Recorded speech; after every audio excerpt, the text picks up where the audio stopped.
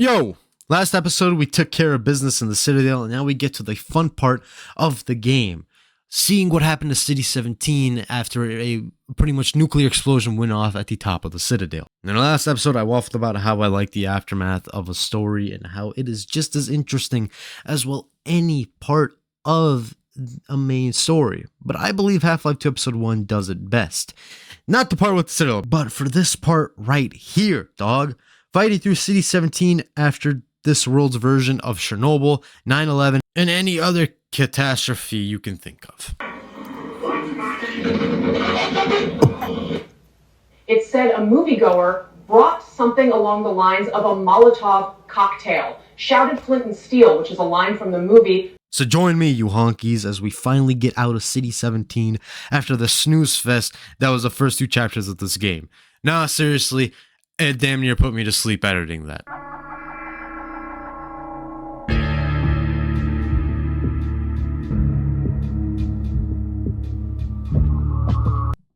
Right, Citadel out the way, now it's time to have some fun by going through City 17's tunnels. And the zombies are here because, hey, why the heck not, right? But oh no, the entrance is blocked. Time to go around and get into the vents to open this door from the other side. This fuse box you have the absolute pleasure of looking at is our key throughout this whole game. You have to turn on like 10 of these because the power is cut from damn near every area of the city. But that won't stop us from getting out of this bit. It is 2:30 in the morning. Now going in the security room, we see a corpse on the floor that surely won't attack us. Any minute now. Any minute now. Okay, this averted my expectations. Valve, you bastards. And oh gee golly willikers, we have another blacked out tunnel to traverse, but it's okay. We pop a flare and we'll get out of here in no time. Nope, nope, fuck everything I said, we are cooked. Okay, another fuse box, and hey, on the bright side, we could see at least. Okay, so it only works in literally everything else but the goddamn tunnel. Got it. Bitch! Bitch! Bitch! Bitch! Bitch! Making our way into this parking garage, we gotta crank that and get into another parking garage, where we have a heap of nightmare fuel to worry about. Tongue freaks on the ceiling and a horde of zombies walking down this hallway. Now the natural solution here would be to let nature take its course. But let's not forget that I am the one playing the game, and this becomes the result.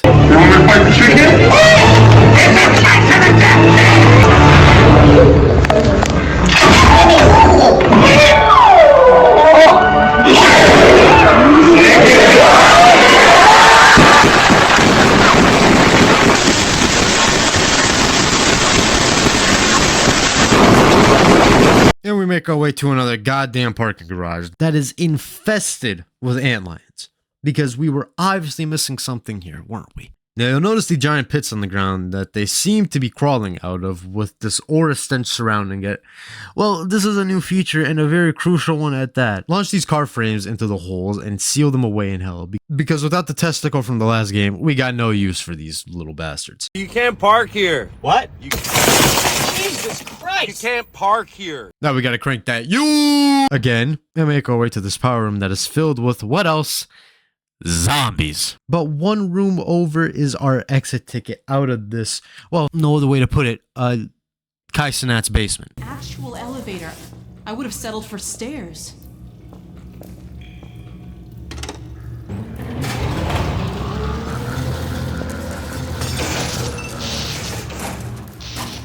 You've got to be kidding.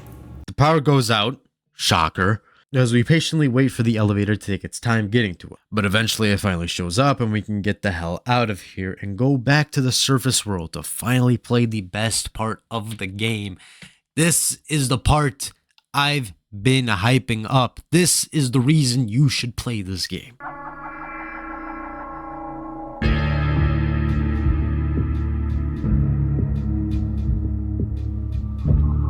Right, back to the surface, and we need to haul ass out of here. But oh no, the door is locked. The valve is gone, and we gotta crank that gate to go into this room and pick up another valve. That's it. See if the crank still works. Come on, Gordon, crank that thing. Place it here and crank that and now we can go upstairs. Oh, I'm sorry, you don't like that Soldier Boy skit? Well, luckily for you, I think it's the last time I'm gonna be doing it.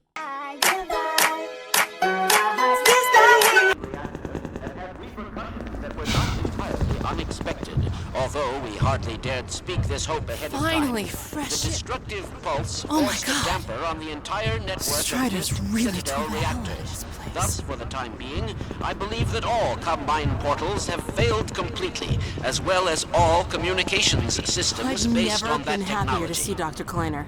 And man, what a view. The Eye of Sauron is staring down at us, and we have to take the ring into Mount Doom. Wait, wrong story. Well, that's a wrong story with a tower that has an orange glow at the top of it. The remains of this city is of no laughing matter. There are thugs, felons, bellends, crips, bloods, jocks, mark-ass tricks, and scallywags that want us dead. I could have just said the remains of the Combine, but I didn't. And I mean, look at this place. It is in complete shambles, like Manchester United right now. Fucking 15! We're 15! We are 15, sir! If the US saw this, they would still send another trillion to Israel. Okay, we are getting way too political right now. Let's get back to the game. Breaking through the alleyways, these bastards are back to annoy us, and the Combine are still trying to murder us. On this block, we get more antlion nests and more Combine soldiers trying to ride our big veiny day. Now going to this room where a whole ass napalm goes off, we gotta turn off this gas tank by wedging some bits under this pipe. Upstairs, however, there are trip mines set up and some zombies awaken. But let's not forget, they do not have brains anymore. Getting back on the street and not minding the bitch who OD'd in the corner, we got some snipers to take out. But once that is over, Alex goes up there and watches over us. Now we go into this building here and fight some more zombies on this walkway. Note to self, you can shoot the panels off the wall. I wish I remembered that. Back on the street, we got another antlion nest to seal up and this bastard on the turret to shoot. Now Combine soldiers are up ahead, but don't worry, we have more cinder blocks than them. But at quick Combine ambush.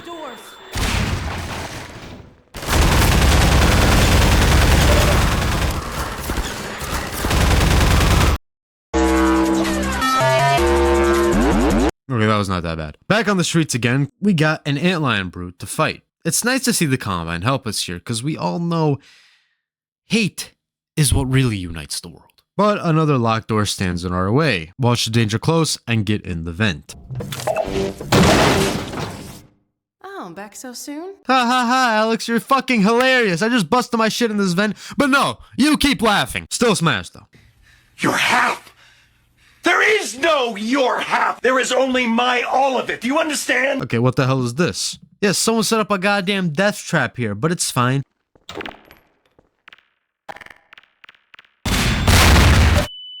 No, never mind, the elevator is broken too. So after 50 attempts of non-stop trial and error, we finally make it to the vent into another room filled with landmines. Казахстан угрожает нам бомбардировками. Казахстан угрожает нам бомбардировкой. Казахстан угрожает нам бомбардировкой. Казахстан угрожает нам бомбардировкой. Back on streets again, we meet up with some resistance soldiers and fight the Combine. What are you still doing here? Everyone should clear out of the city. The Combine's not making it easy. We're trying to get enough people together to force our way through to the train station. People are meeting up in a safe house nearby. Can you take us there? You bet. Let's go. This way. So our next stop is the train station to finally escape this godforsaken city. What's the password? I'm not even gonna tell you to shut up. Come on in. Previously, certain protein chains important to the process of embryonic development were selectively prevented from forming. No. This My is dad's no a longer Dessa the case. For those so inclined, now would be an excellent time for procreation.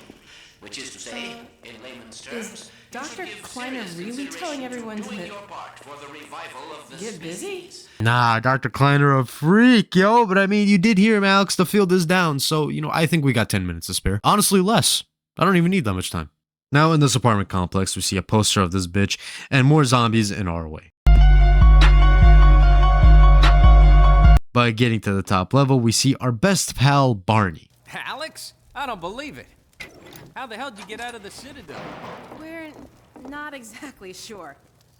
All I know is the Vortigaunts had something to do with it. But what about you, Barney? I'm doing okay, just going crazy trying to... They found us! Aw, hell, Gordon? Were you followed again? We stole some information from the Citadel on our way out. I don't know what it is yet, but it's important enough that they've been hounding us the whole way here. Well, that puts the pressure on. Look, we gotta get moving. You guys know about the evacuation trains, right? Yeah. Yeah, well, we've been planning to make a push on the train station. Now it looks like we're gonna have to cut a path through every chicken ship Metro cop who's having second thoughts about defending City 17. If Gordon and I took a separate route, we could draw the Combine away from you. That'd give you a chance to get the trains filled up before we get there. Really? Well, if you say so. Now, come here, look over here. Okay, across this bridge, over the rooftops, is a safe path to the station. You two head that way. I'll hit the streets and round up everyone who's been waiting. We'll meet you there. Sounds good. Let's go. Hey, Gordon, before you go, I was getting tired of carrying this around. Listen, I don't have many more of these, so try not to lose this one, okay? So we have the plan and we got our trusty crowbar back. Beating the ever-living shit out of these head crabs with our crowbar, we must now traverse this hospital that is...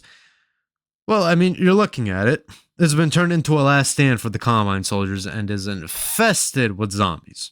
It's perfect. Seriously, this is easily my favorite part of the whole game. Going through this hospital is just so much fun. But there is still a gunship on our ass, so we gotta show this bitch who we are.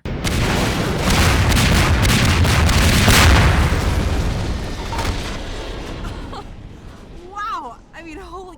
That was... Jesus, Gordon, you're a real terror. Alex starts fangirling over us, and we get another ambush. And we resume our journey through City 17's hospital. And from this point on, it's non-stop action. Every room is filled with either Combine or zombies, and the fallen debris makes you go through all these rooms that have, well, corpses on the bed. But sadly, the fun doesn't last forever, as we get one of the stupidest parts of the game. See, this power room is flooded, and turning on the power for the rest of the building also activates all this electricity shit in the water. I think you see where this is going. Oh, and the tentacle things are always in your way as well. We mustn't forget that. Reunited with Alex, we get to the final area of the hospital, where this ward is armed with turns. But yank the cable and we're good, leading us to the final portion of the game.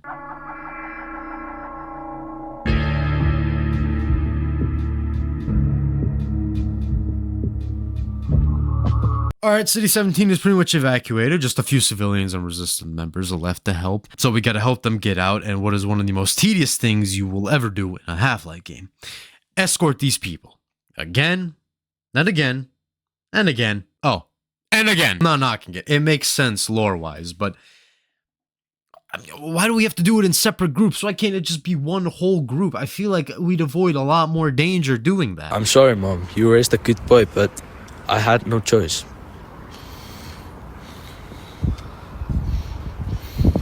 Anyway, each escort becomes more challenging as some debris could be in the way, making you find a new route. Or the enemies might get even more frustrating to fight. Either way, it's just a pain. But with the last batch done, we are ready to leave. Everyone has escaped. Bye, Barney. Good luck. See you when I see ya.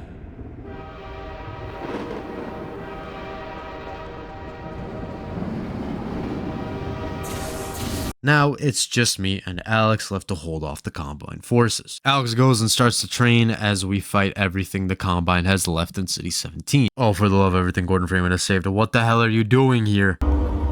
What? What? How? Do you see it? I promised you, Valve.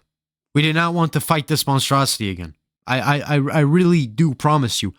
And we did not also want to avoid all these goddamn landmines on the floor. I can guarantee you we didn't. Is this some sick joke by the devs? Because I'm not laughing. Anyways, now that we are on the right platform, we take the fucker down, and please, please listen to me. Use the ladder and don't jump down. Fantastic job, Gordon. But that's it. We can finally escape City 17 and get a proper conclusion. You're my new hero. Oh, I don't believe it. I think we're actually gonna make it out of here. Quick now, let's get the train moving. Jump on, Gordon. I'm right behind you.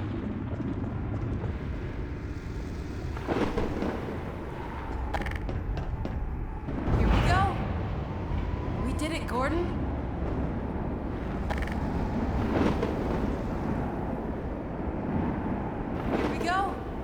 We did it, Gordon.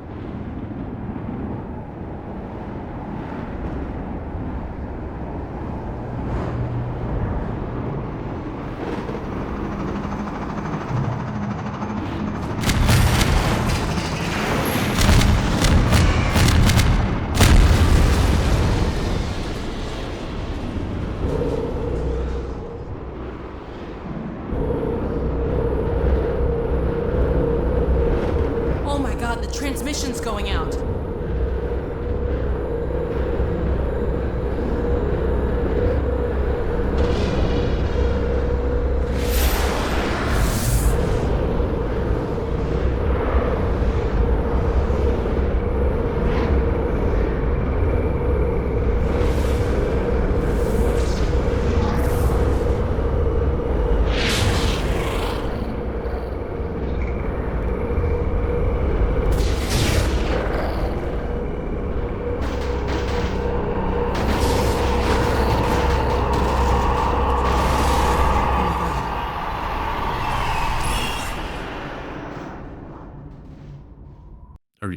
Are you serious?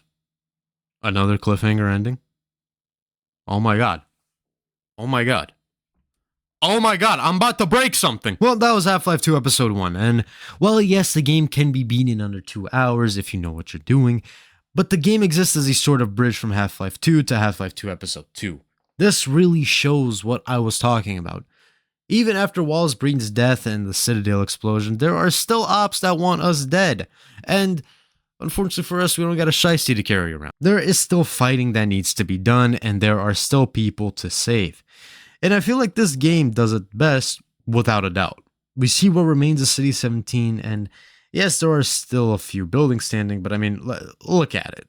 It's a wasteland of combine radiation that only one man can contain. Yeah, Gordon can't even stop the radiation ball up there. He can only contain it, and that's how fucked City 17 is. Or what's left of it, as you saw. Anyways, yeah, that was Half-Life 2 Episode 1. The game is a nice quick fix for Half-Life content, but what will happen to Gordon and Alex now? Did they survive the train collapsing? Not crashing. Collapsing. Find out in May because we gotta play Metal Gear Solid 2 next month, dog. Peace out, and take care. I love you.